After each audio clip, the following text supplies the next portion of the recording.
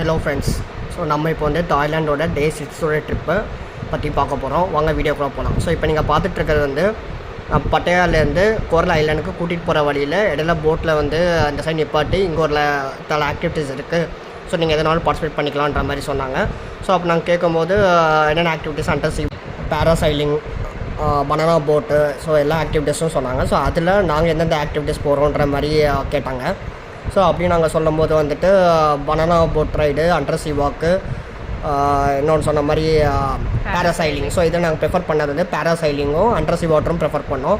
So இதுக்கே நீங்கள் பார்த்தீங்க அப்படின்னா நாங்கள் பாத்து 2.28 பாத்து. ஸோ அதை வந்து கன்வெர்ட் பண்ணும்போது நம்மளுக்கு இங்கே ஒரு 8,000 கரன்சி இந்தியன் ருபீஸில் வந்து கன்வெர்ட் ஆச்சு. பட் ஒர்த்துன்னு சொல்லலாம். ஏன்னா நீங்கள் பார்த்தீங்கன்னா மேலே பறந்துட்டு வந்து நிற்கும்போது ஏதோ டிஃப்ரெண்ட்டான எக்ஸ்பீரியன்ஸாக தான் இருந்துச்சு. ஏன்னா நான் நார்மலாக ஒரு பறவையை வந்து பறக்கும் போது எப்படி இருக்குமோ அந்த மாதிரி பறக்க விட்டாங்க.